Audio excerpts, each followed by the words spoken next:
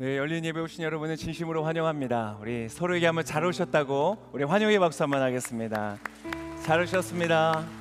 잘 오셨습니다. 잘 오셨습니다. 여러분 정말로 잘 오셨습니다. 특히 처음 오신 분들도 너무너무 환영합니다.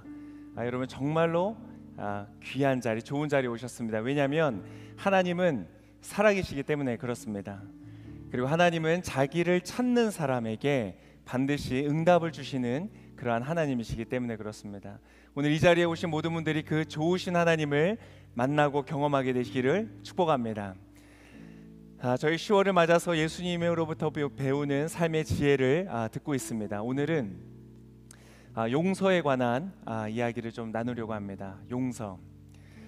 지금 우리가 살아가고 있는 이 시대에 우리가 날마다 마주하는 사회의 많은 일들 속에 아주 주요 키워드가 바로 이 용서가 아닌가 싶습니다.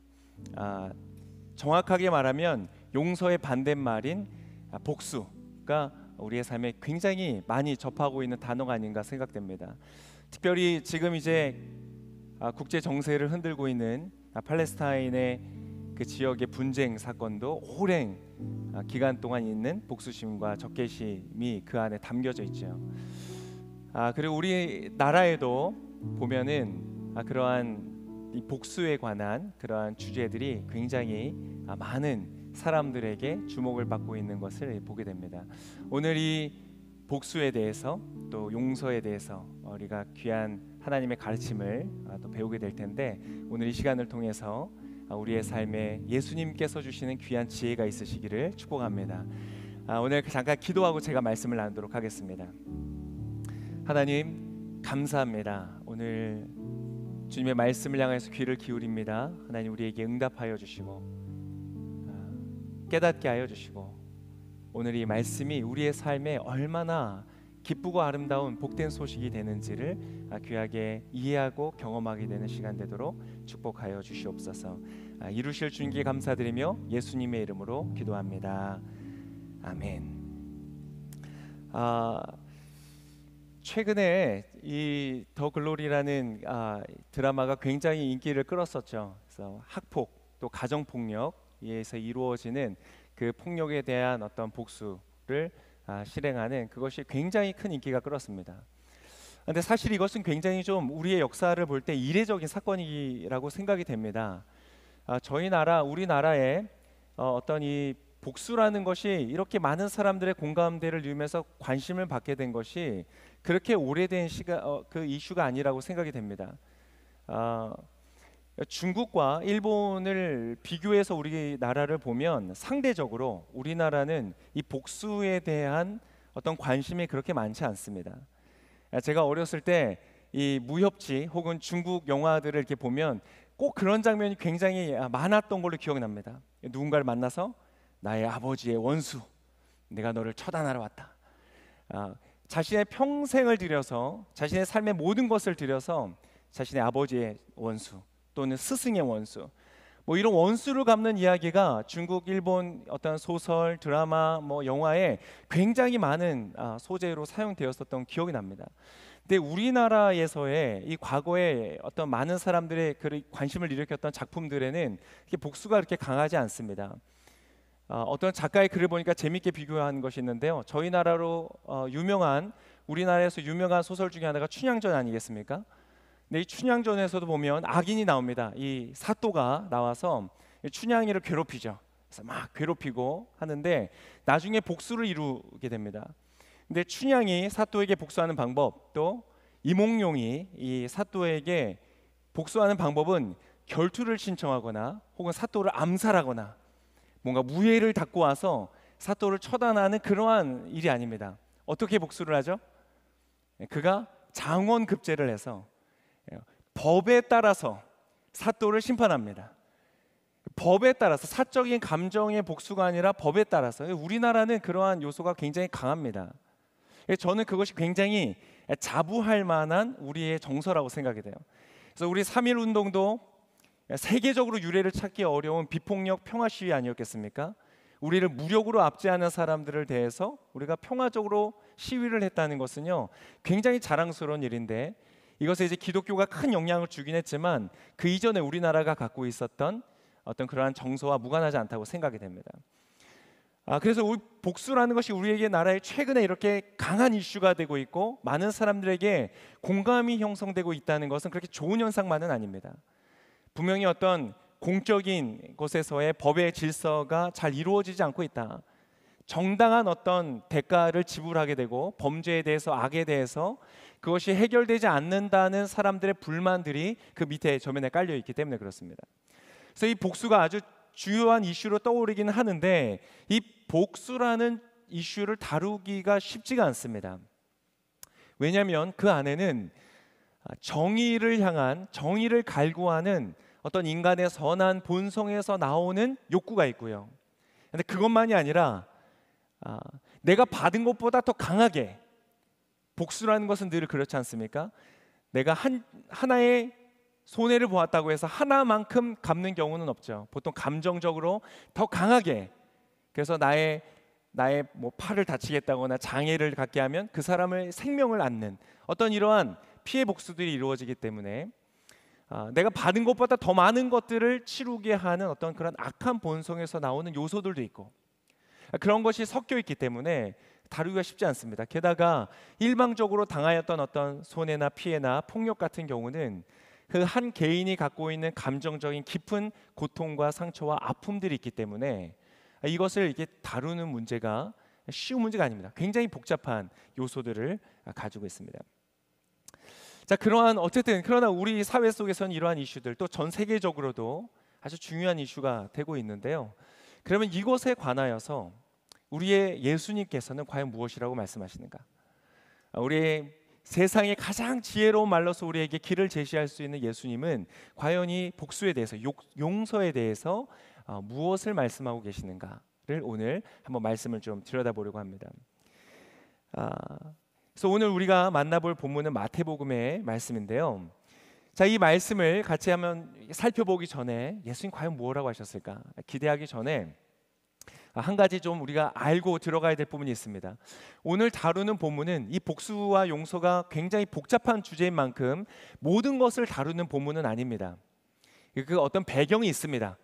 왜 이 이슈를 다루게 됐는지, 어떠한 상황 속에서 이 이슈를 다루게 됐는지를 알면 좀 도움이 됩니다. 그래서 먼저 그 본문을 한번 좀 읽어보겠습니다. 오늘 본문에 여러분이 받으신 주보에는 기록되어 있지 않지만요, 이 얘기가 시작되는 21절과 22절의 말씀에 이렇게 기록되어 있습니다. 우리 한번 준비된 자막을 함께 보시면서 이야기를 좀 나눠보기를 원합니다. 21절과 21절 우리 한 목소리로 함께 읽겠습니다. 시작. 그때 베드로가 예수께 와서 물었습니다. 주여, 제 형제가 제게 죄를 지으면 몇 번이나 용서해야 합니까? 7번까지 해야 합니까? 예수께서 대답하셨습니다. 내가 너희에게 말한다. 7번만 아니라 70번씩 7번이라도 용서해야 한다. 자, 여기에서 오늘 이 주제가 나오게 된 것은 무엇이냐면 예수님의 제자 중에 한 사람이었던 베드로가 이 주제에 대해서 질문하면서 시작됩니다. 근데 이 질문이요, 여러분 느끼셨는지 모르겠는데 사뭇 그 느낌이 선명합니다. 무엇이냐? 예수님, 내가 용서를 할 때, 내 형제가 나에게 잘못을 지어서 용서를 할 때 몇 번이나 용서하면 됩니까? 한 7번 용서하면 되겠습니까? 라고 질문했습니다. 이 질문의 안에는 무엇이 담겨 있냐면 상당히 나는 용서할 수 있다는 자신감이 가득 차 있는 그 뉘앙스가 담겨져 있는 것입니다. 왜냐하면 그 시대에는 보통 한 사람이 같은 죄를 범했을 때 3번까지는 용서해 주는 것이 좋다는 통념이 있었습니다. 그 유대인들 사회에서 서로를 가르칠 때 3번까지는 용서해 주는 것이 좋은 것이다. 3번을 넘어가면 거기에 대한 대가를 치르게 하는 것이 나쁜 일이 아니다라는 통념이 있었기 때문에 내가 7번까지 용서하겠습니다 라고 말하는 것은요, 일반적 통념의 2배를 넘는 수준의 내가 용서를 하겠다는 어떤 일종의 자기 과시적인 표현이 담겨져 있는 것입니다. 자, 그러한 말에 대하여서 예수님은 7번이 아니라 70번씩 7번이라도 용서해라고 이게 말씀을 해주시면서 오늘 우리가 읽을 본문에 대한 이야기를 하시는 겁니다.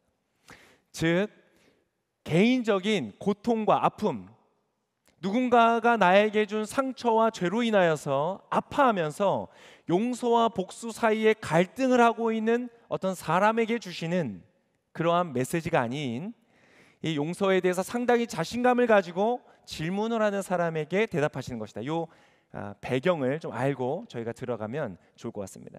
자, 그래서 이제 들어갈 텐데, 예수님께서 비유를 들어서 설명하시기 시작합니다. 이야기를 들려주십니다. 예수님 정말 지혜롭게 우리에게 예수님의 지혜를 가르쳐 주시기 위해서 원리적으로 풀어주시는 것이 아니라 하나의 이야기를 통해서 우리가 깨달을 수 있도록 가르쳐 주십니다.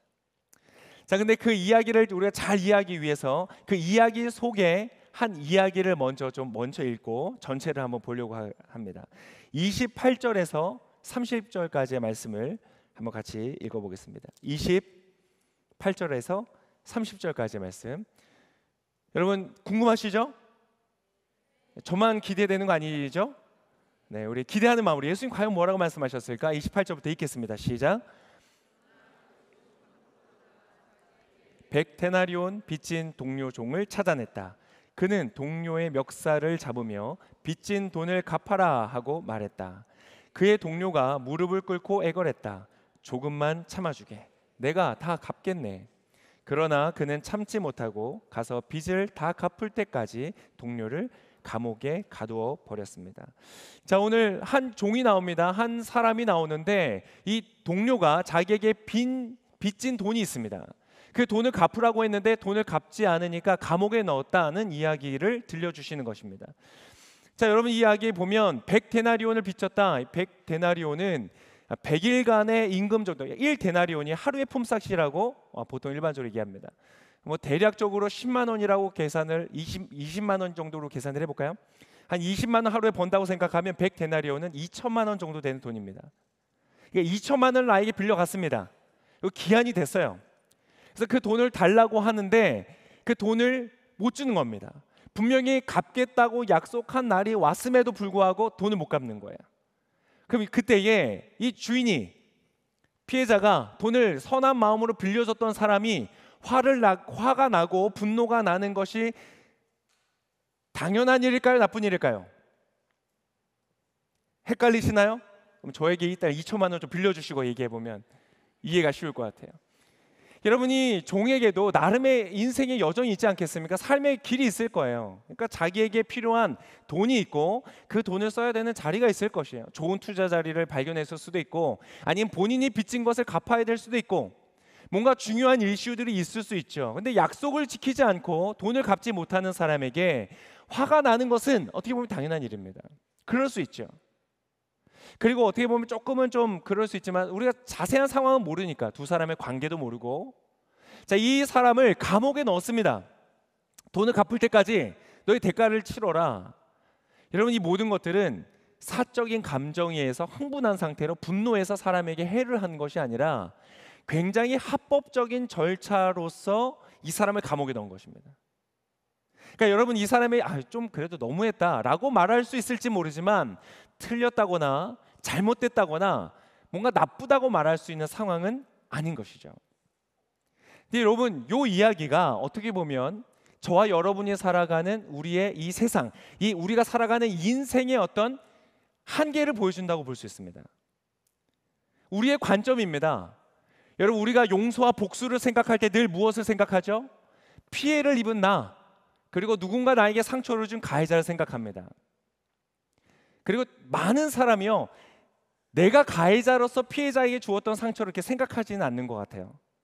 제가 많은 군대를 다녀온 형제들과 얘기했지만 대부분 보통 본인들이 이등병일 때 받았던 고통과 아픔을 얘기하지, 자기들이 병장이 돼서 남을 괴롭힌 건 얘기 안 하거든요. 아멘?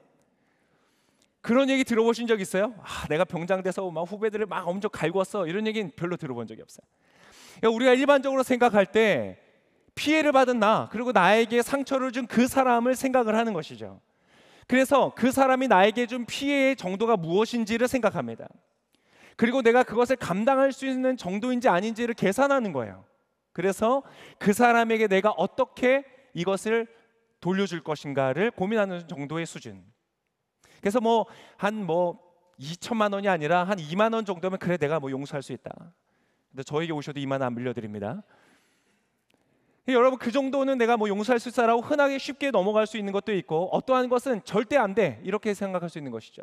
여러분, 이 중에 있는 분들 어떤 분들은 2천만 원 그거 좀 감옥 너무했다 이렇게 생각하시는 분이 있어요. 나는 그 정도는 아니야. 근데 어떤 분은 사람마다 좀 중요하게 생각하는 게 다른 것 같아요. 어떤 사람은요, 돈은 좀 괜찮아요. 돈은 좀 여유 있게 기다려줄 수 있어요. 그런데 나의 명예를 건드는 것은 견디지 못하는 사람이 있어요. 내 자존심을 건드는 거, 그거는 말 한마디라도 용서하기가 힘들어요. 잊지 않고 계속 되뇌이고 어떻게든 복수하고 싶어하는 그런 것도 있어요. 어떤 사람은 나의 정서를 건드렸을 때, 나의 정서를 건드리고 나에게 어떤 상처를 주었을 때 그것을 잊지 못하는 사람들 있죠. 사람마다 어떤 요소들은 다 다른 것 같아요. 예민하고 내가 용서하기 어려운 영역들이 각자가 다 있는 것이죠. 그래서 우리는 그 정도의 생각을 합니다. 자, 그런데 여러분, 예수님께서 여기에서 우리의 생각과 관점을 더 확장시키십니다. 오늘의 비유 안에 바로 그 내용이 나옵니다. 자, 그러면 어떻게 확장이 되는가? 우리 한번 본문에 다시 한번 말씀을 보겠습니다. 23절에서 27절까지, 방금 읽었던 전까지 읽을 텐데요. 23절, 여러분 이렇게 얘기 드리니까 굉장히 궁금해지시죠? 반응이 없네요. 자, 23절, 너무너무 기대되는, 과연 예수님은 우리의 생각을 어떻게 확장시키시는가? 23절부터 27절 같이 읽겠습니다. 시작. 그러므로 하늘나라는 마치 자기 종들과 빚을 결산하려는 왕과 같다. 왕이 결산을 시작하자 1만 달란트 빚진 사람이 왕 앞에 나오게 됐다. 그런데 그는 빚 갚을 돈이 없었기 때문에 주인은 그 종에게 그 자신과 아내와 자녀와 전 재산을 팔아 갚도록 명령했다. 그랬더니 종이 그 앞에 무릎을 꿇고 간청했다. 조금만 참아주시면 모두 갚아드리겠습니다.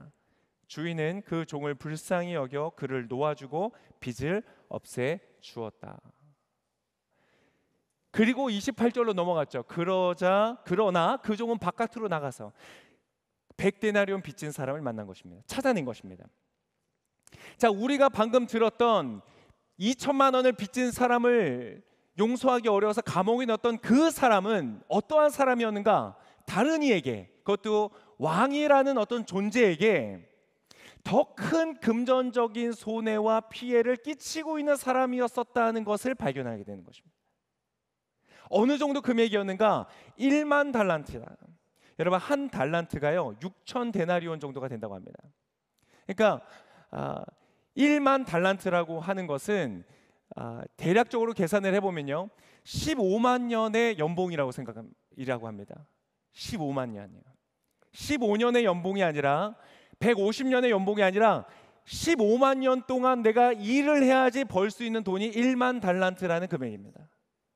근데 오늘 이 사람은 어떠한 사람이냐? 왕에게 1만 달란트를 빚졌다가 도저히 갚을 수 없기에 왕이시여 내가 조금만 더 봐주시면 갚겠습니다. 여러분, 이 말 자체가 사실 말이 안 되는 소리죠. 15만 년을 벌어서 해야 되는 돈을 어디서 벌겠습니까? 근데 왕은 원래는 너와 너의 아내와 자녀들까지도 다 팔아라, 그래서 갚아라라고 말했던 왕이 그 간청하는 모습을 보고 이 사람을 용서해 줬다는 겁니다. 그래, 내가 큰 마음 먹고 널 용서해 준다. 1만 달란트 안 갚아도 돼 라고 탕감을 받은 거예요. 아니, 더 뒤로 보류되어진 것도 아니고 기간이 연장된 것도 아니라 그냥 완전히 안 갚아도 된다고 탕감을 받았다는 거예요. 그랬던 사람이 지금 내가 1만 달란트의 빚을 탕감을 받고 나왔던 사람이 2천만 원을 빚진 사람을 만나서 그 사람을 감옥에 넣었다면 여러분 어떻게 되는 것입니까? 갑자기 이 사람이 문제 있는 사람이 되는 것입니다. 그 이전에는 그 삶만 보면은, 그 사람과 이 100데나리온의 사건만 보면은 그냥 그럴 수도 있지, 그래 뭐 이거는 사람의 마음으로 이해할 수 있어 라는 정도의 수준의 일이었지만, 사고를 확장해 보니까 이 사람은 절대 그래서는 안 되는 자리에 있었던 사람인 거예요. 아니, 어떻게 사람이 그럴 수가 있어요? 자기는 아내와 집 다 팔아야지 그래도 갚을 수 없는 돈을 용서를 받았는데, 자기에게 그것과는 비교도 되지 않는 그 금액을 빚진 사람은 감옥에 넣어버렸다는 거예요. 설마 여러분 그래도 그럴 수 있다고 생각하시는 거 아니시죠? 그렇게 되면 좀 얘기가 곤란해지는데, 여러분 그렇습니다. 그래서 예수님이 이 비유에서 모든 사람들이 공감할 수 있었기 때문에 이 비유가요 전혀 우리가 생각하지 않았던 방향으로 가는 겁니다. 자, 어떻게 흘러가는가? 우리가 아까 읽었던 본문에 31절부터 다시 한번 읽어보겠습니다. 31절에서 34절까지의 말씀입니다. 31절 다 같이 함께 읽겠습니다. 시작. 이 일을 본 다른 동료 종들은 너무 기가 막혀서 주인에게 가서 이 일을 낱낱이 일러 바쳤다. 그러자 주인은 그 종을 불러서 말했다. 이 악한 종아, 내가 나에게 애원하기에 내가 내 빚을 모두 없애주었다. 내가 너를 불쌍히 여긴 것처럼 너도 내 동료들을 불쌍히 여겼어야 하지 않았느냐. 그 주인은 화가 나서 그 종을 감옥 관리들에게 넘겨주며 빚진 것을 다 갚을 때까지 감옥에 가뒀다. 여러분 지금 31절에 본 것처럼요, 이것을 본 다른 동료 종들은 기가 막혔다는 거예요. 이 이야기, 이 비유의 스토리를 듣는 모든 사람들이요 동일한 생각을 했을 거예요. 기가 막힌다. 아니 어떻게 인간이 그럴 수 있느냐. 그만한 빚을 혜택을 받았고 은혜를 입었으면 너도 다른 사람에게 가서 그 정도는 베풀어야지. 살인죄를 지어놓고 만약에 그 피해자 가족에게 용서를 받았다면 오늘 돌아와서 내 뺨을 때린 사람을 용서하는 것 정도는 당연히 해야 되는 것 아니겠습니까? 내 뺨 때린 사람을 용서하지 못하겠다고 그것을 붙잡고 있다면 그것은 굉장히 은혜를 모르는 악한 사람이 되는 것이죠. 그러니까 모두가 공감하는 이야기를 해주신 것입니다. 자, 이 이야기를 볼 때에 이 이야기를 듣는 베드로는 아마도 여러분 뜨끔했을 것입니다. 뜨끔했을 것입니다. 7번이면 용서하면 되겠습니까? 라고 말할 때 예수님은 7번이 아니라 70번씩 7번이라도 용서해 줘야 된다라고 말씀하셨어요. 그때 베드로는 이렇게 생각했을 겁니다. 예수님 너무 말이 안 되는 소리입니다. 여러분 같으면 이해되시겠어요? 같은 죄를 여러분에게 똑같이 반복해서 잘못하는데 그것을 7번 정도 용서한다는 것은 정말 성인 군자입니다. 그런데 그것을 7번씩 70번, 490번 이상을 내가 용서할 수 있다는 것은 정말 말할 수 없는 일인 거예요.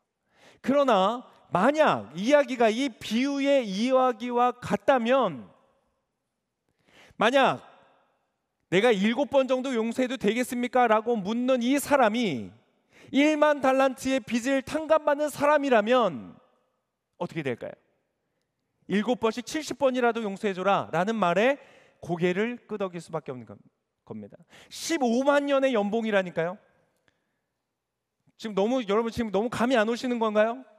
사실 저도 감이 안 옵니다. 15만 년, 지금 돈으로 따지니까 한 20조 정도 되는 것 같아요. 그 정도의 돈을 여러분 탕감받았다는 것. 너무 커서 우리가 상상하기는 힘들지만 어쨌든 이 비유를 통해서 예수님께서 전달하시고자 하는 메시지는 명확한 것입니다.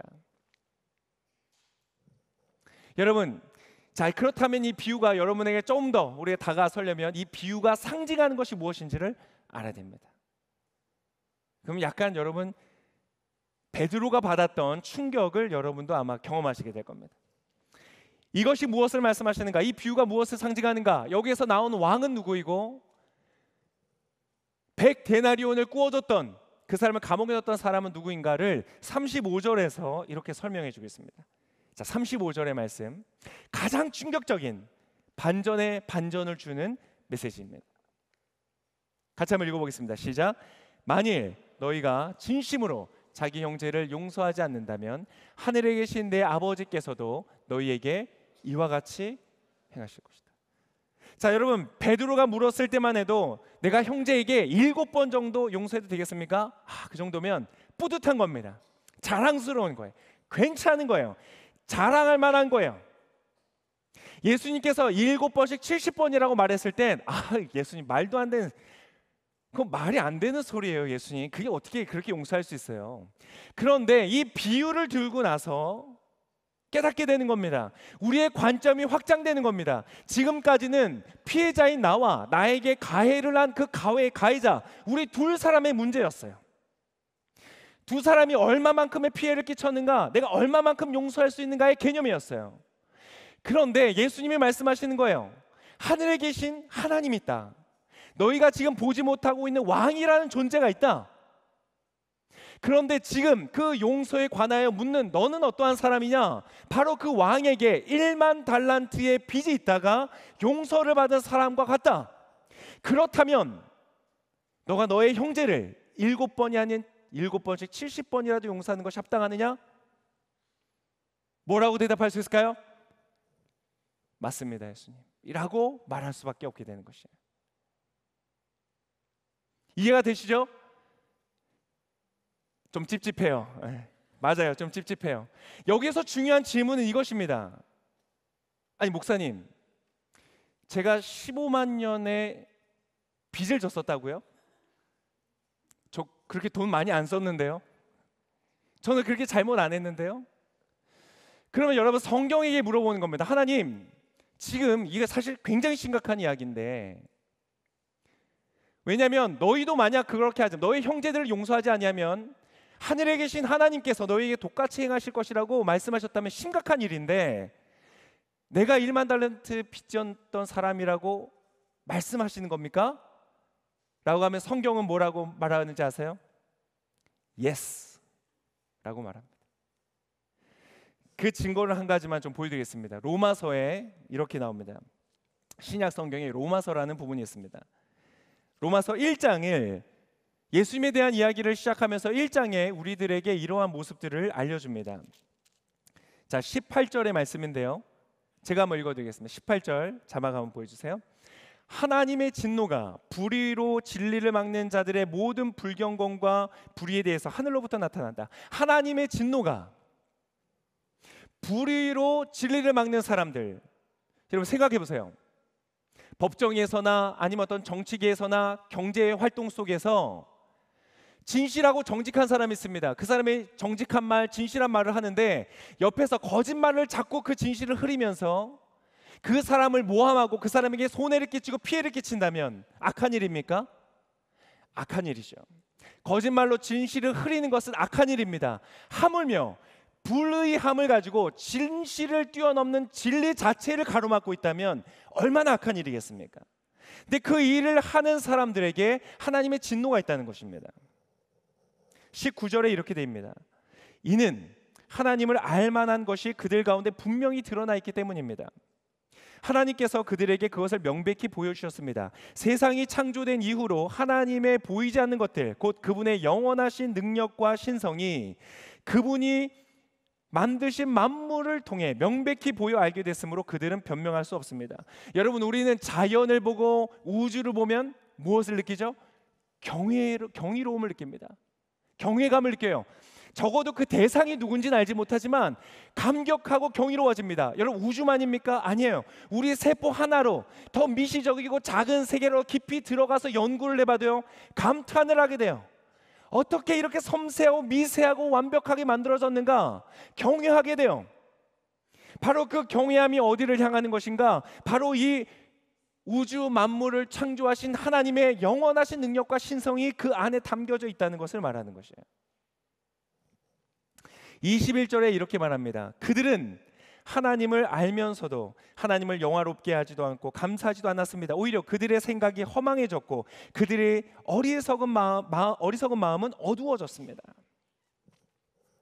여러분, 이러한 경외함과 이 세상의 그런 아름다움을 바라보면서 경외하는 마음을 느끼면서도 마땅히 그것을 설계하신 하나님을 향한 감사와 감격이 사라져 버린다는 거예요. 아, 목사님, 저는 전혀 몰랐어요. 근데 여러분 아세요? 무관심이요, 때때로는 어떤 상황 속에서는요 심각한 범죄가 될 수 있습니다. 제가 예전에 그런 영상을 본 적이 있어요. 어떤 연출된 영상이었는데요, 아이들이 걸어 다니는데 사람들이 와서 아이들을 납치해가는 그런 영상이에요. 납치를 해서 가는 거예요. 그런데 놀랍게도 그 주변에 있는 사람들의 반응을 보는 거였는데, 많은 사람들이, 많은 성인들이요 그 아이가 납치돼서 차에 실려서 끌려가는 것을 보고는 아무것도 하지 않는 거예요. 전화도 하지 않고 쫓아가지도 않아요. 그 영상을 보면서 소름 끼치는 사람의 악을 보는 것이죠. 아니, 어떻게 인간으로서 저런 일을 할 수 있는가는 것을 우리가 생각하게 되는 것이에요. 여러분, 때때로 무관심은요 무시무시한 것이 돼요. 여러분, 우리가 누리고 있는 이 모든 것들, 내가 가지고 태어난 것이 없어요. 내가 호흡하고 있는 모든 호흡과 공기들, 내가 누리고 있는 24시간이라는 시간들, 기회들, 내게 있는 모든 지적이고 정서적이고 의지적인 능력들, 이 모든 엄청나게 가치 있는 것들, 도무지 돈으로 살 수 없는 경이로운 존재로서 우리가 가지고 있는, 누리고 있는 모든 것들로 우리는 누군가에게 감사하지도 감격하지도 아니하고 오히려 이 모든 것들을 통해서 나쁜 일을 저지르고 있다면, 악한 것으로 쓰고 있다면, 여러분 그것은 심각한 문제가 되는 것입니다. 여러분 마지막 날 그곳에 가서는 오늘 성경이 말해주는 것은 저는 몰랐어요 라는 그 말이 변명이 되지 않는다고 성경은 말하고 있는 것이에요. 너희가 지금 누리고 있는 것을 보라. 그것을 돈으로 환산한다면 1만 달란트 그 이상이 되지 않겠느냐?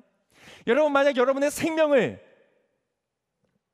1년이라도 더 만약 여러분이 죽을 수밖에 없는 상황 속에서 여러분의 가족을 회복하고 여러분의 자녀들을 회복하고 1년의 시간들을 벌 수만 있다면, 여러분 26조 원이 있다면 그거 돈 안 내겠습니까? 돈을 내겠죠. 그 엄청난 축복을 누리면서도 그것을 알지 못하여 어리석어 있는 사람들에 대해서 성경은 말하고 있는 것입니다. 그래서 그 결과가 어떻게 되는가? 방금 읽었던 로마서 1장의 밑으로 내려가면 29절에서 32절까지 이렇게 성경은 말하고 있습니다. 그 결과, 마땅한 감사와 감격, 하나님의 그것들을 높이지 않고 내가 받은 것들로 악한 일을 하면서 살아가는 사람들의 이 모습을 이렇게 기록하고 있습니다. 같이 한번 읽어보겠습니다. 29절 시작. 그들은 온갖 불의와 악행과 탐욕과 악의로 가득 차 있으며 질투와 살인과 다툼과 사기와 악독으로 가득 차 있습니다. 그들은 수군거리기를 좋아하고 서로 헐뜯고 하나님을 미워하고 건방지고 교만하고 자랑하기 좋아하고 악한 일을 궁리해내고 부모를 거역하고 어리석고 신의가 없고 인정도 없고 무자비한 자들입니다. 그들은 이와 같은 일을 행하는 자가 죽어 마땅하다는 하나님의 법규를 알면서도 그런 짓을 계속할 뿐만 아니라 그렇게 행하는 자들을 옳다고 합니다. 여러분 불의와 악독 탐욕 악의로 가득 차 있다 뿐만 아니라 여러분 수군거리는 거, 여러분 수군거려 보지 않으신 분 계세요? 수군거리기를 좋아하고 남을 헐뜯고 건방지고 교만하고, 여러분 우리가 살아볼 때 우리 인생을 정말 추운 겨울과 같이 만들었던 사건 속에는요 누군가의 헐뜯음이 있어요. 누군가의 교만함이 있어요. 누군가의 건방짐이 있어요. 누군가의 자기 자랑이 있어요. 우리의 삶에 큰 고통과 아픔을 주었던 어떤 사건 안에는요 오늘 읽었던 이것들이 들어져 있는 것이에요. 우리의 용서를 필요로 하는 일, 때때로 우리의 복수를 꿈꾸게 되는 일들에는 이러한 일들이 다 있는 것이죠. 자, 이것이 바로 1만 달란트라는 것입니다. 그런데 하나님께서는 어떻게 하시는가? 하나님은, 여러분 오늘 비유가 우리에게 들려주는 좋은 소식은 무엇이냐? 하나님은 그 모든 죄들을 하나님께 죄송합니다, 잘못했습니다, 용서해 주십시오라고 말하는 사람에게 용서를 베푸시는 분이라는 것입니다. 여러분 우리 하나님은 좋으신 분이십니다. 우리에게 거저 모든 것들을 주셨을 뿐만 아니라 그것을 우리가 잘못 사용할 때 우리의 악한 이 죄를 인하여서 우리가 갚을 수 없는 잘못을 저질렀음에도 불구하고 하나님은 용서하신다는 거예요. 어떻게 용서하시는가? 여러분 하나님의 용서를 이렇게 성경에서 말합니다. 시편 103편 12절에 이렇게 기록되어 있습니다. 동쪽이 서쪽에서 먼 곳처럼 하나님께서는 우리 죄악을 우리에게서 멀리 옮기셨다. 우리가 용서를 구할 때 어떻게 용서하시느냐? 동이 서에서 먼 것처럼. 여러분 동이 서에서 어떻게 멉니까? 아주 멀죠. 목사님 동이 서에서 반대로 가면 또 다시 만나는 거 아닌가요? 이런 얘기하지 마시고요. 그걸 지금 말하는 게 아니잖아요. 동이 서에서 먼 것처럼 정반대로 우리의 죄를 옮기셨다는 거예요. 여러분 하나님은요 용서를 구하는 사람의 죄를 그렇게 옮기십니다. 여러분 기뻐하실 수 있기를 축복합니다. 이사야 43장 25절에 이렇게 기록되어 있습니다. 나는 나를 위해 내 죄를 닦아 없애는 자니 내 죄를 더 이상 기억하지 않겠다. 여러분 제 가끔 둘째 아들이 저를 놀립니다. 놀리는 걸 좋아해요. 아빠 뭐 뚜뚜루 삥뽕 막 이러면서 앞에서 막 놀려요. 그럼 뭐 아무것도 못하죠 뭐 이런 말 어디서 배워가지고 저를 막 약 올려요. 그럼 제가 이제 처음에는 용서해 줍니다. 아들 까불지 마. 그냥 계속해요. 그럼 약간 기분이 나빠져요. 너 그러다 맞는다. 근데 또 메롱메롱하고 막 이렇게 막 해서 계속해요. 그러면 이제 심판의 날에 다가오는 것이죠. 제가 주먹을 쥐고 일어서는 순간 넌 죽었어. 그날은 이제 끝장나는 겁니다. 여러분, 그때 제가 일어나서 복수를 감행할 때 결코 마지막에 놀렸던 하나를 가지고 그만큼만 복수하는 게 아닙니다. 지금까지 놀려왔던 걸 한 번에 다 갚아줍니다.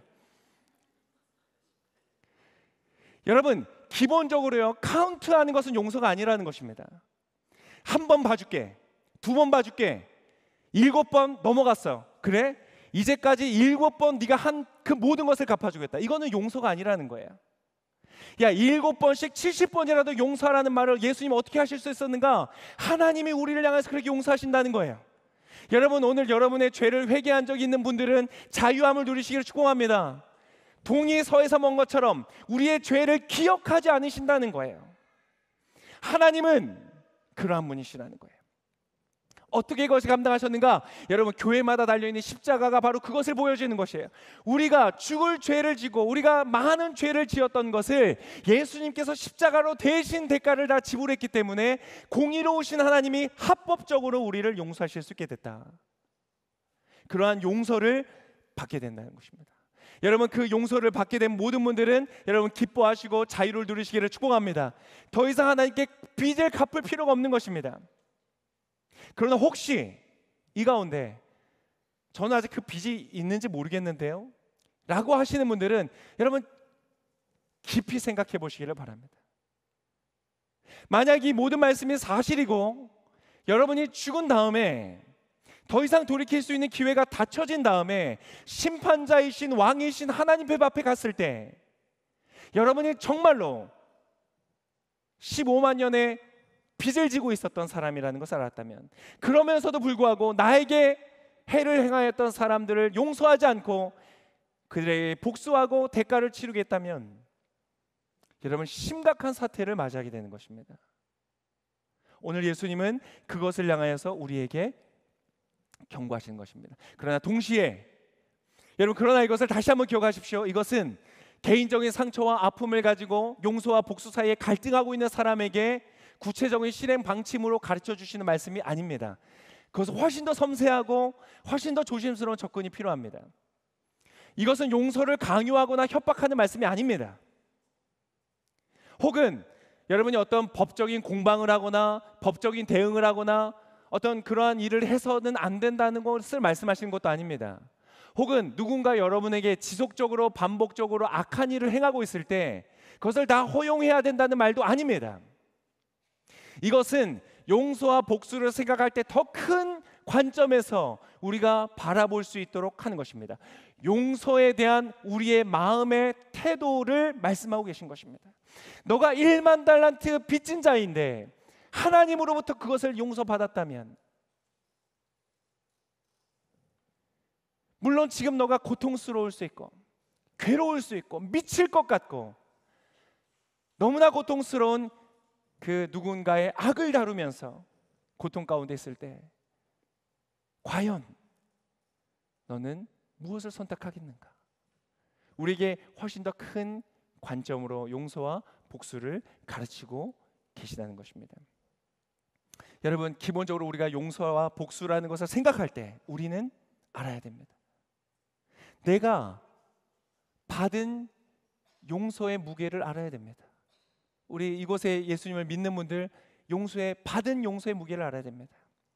예수님 아직 잘 모르시는 분들은 내가 받아야 될 용서의 무게를 아셔야 됩니다.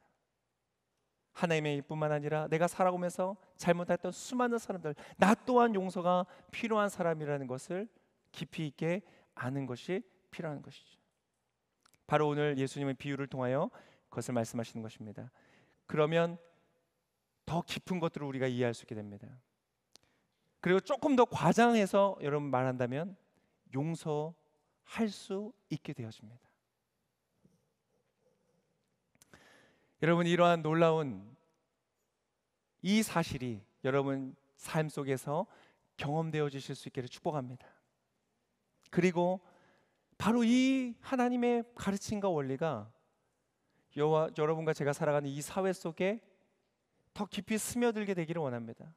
모든 크리스천들을 통하여서, 믿는 자들을 통해서, 이것을 깨달은 사람들의 삶의 선택을 통하여서 이것이 우리의 삶에 더 깊이 들어오기를 원합니다.